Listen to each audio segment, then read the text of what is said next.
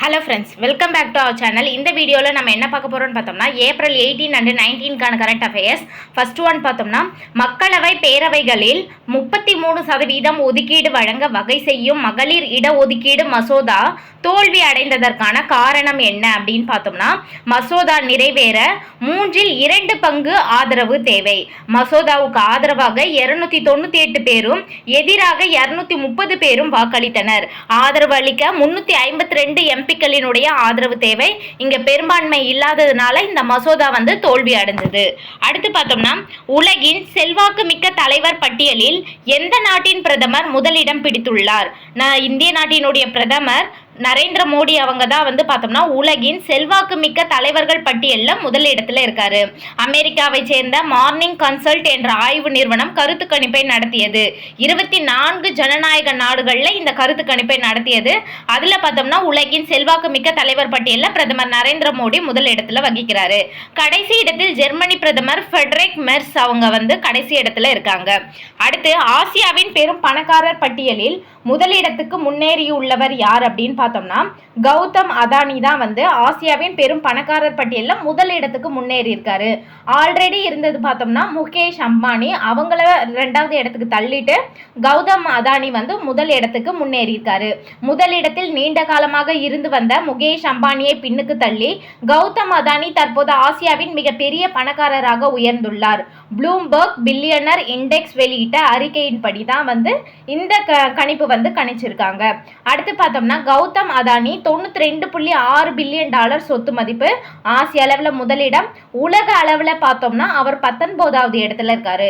Mukesh Ambani 90.8 billion dollar, ஆசிய அளவில் 2வது இடம், உலக அளவில் 20வது இடத்தை பிடிச்சிருக்காரு.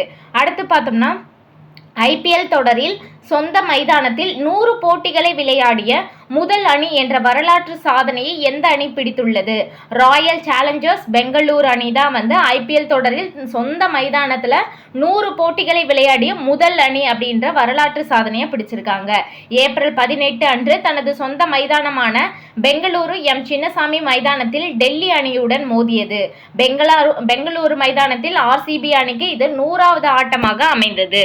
அடுத்து சுற்றுச்சூழலை பாதுகாப்பது மற்றும் புவி வெப்பமடைதல் குறித்த விழிப்புணர்வை ஏற்படுத்தும் வகையில் எந்த அணி கடந்த 2011ஆம் ஆண்டு முதல் ஐபிஎல் தொடரின் ஒரு ஆட்டத்தில் மட்டும் பச்சை நிற சீருடை அணிந்து விளையாடுவதை வழக்கமாக கொண்டுள்ளது அப்படின்னு பார்த்தோம்னா ஆர்சிபி அணி தான் 2011ஆம் ஆண்டு முதல் ஐபிஎல் தொடரின் ஒரு ஆட்டத்தில் பச்சை நிற சீருடையை அணிந்து விளையாடுவதை வழக்கமாக கொண்டிருக்காங்க.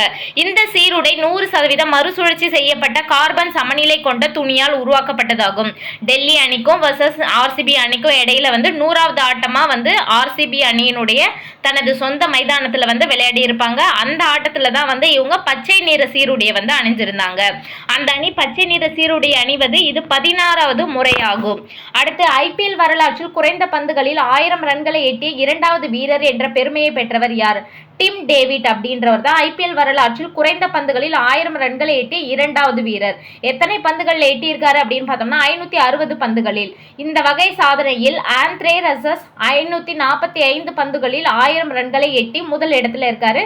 இவர் 560 பந்துகளில் 1000 ரன்களை எட்டி டிம் டேவிட் 2வது இடத்துல இருக்காரு. அடுத்து தொகுதி மறுவரையறை செய்வதை எந்த ஆண்டு வரை தள்ளி வைக்கும் விதமாக அரசியலமைப்பு சட்ட திருத்தம் கொண்டு வர வேண்டும் என முதல்வர் மு க ஸ்டாலின் தெரிவித்தார். 2051ஆம் ஆண்டு வரை தள்ளி வைக்கும் விதமாக அரசியலமைப்பு சட்ட திருத்தம் கொண்டு வரணும். எது அப்படின்னு பார்த்தோம்னா தொகுதி மறுவரையறை செய்வதை கொண்டு வரணும் அப்படின்ட்டு சொல்லியிருக்காங்க. ஓகே ஃப்ரெண்ட்ஸ், இந்த வீடியோ உங்களுக்கு பிடிச்சிருந்தா லைக் பண்ணுங்க, உங்க ஃப்ரெண்ட்ஸ்க்கு ஷேர் பண்ணுங்க, மறக்காம சப்ஸ்கிரைப் பண்ணுங்க. தேங்க்ஸ் ஃபார் வாட்சிங்.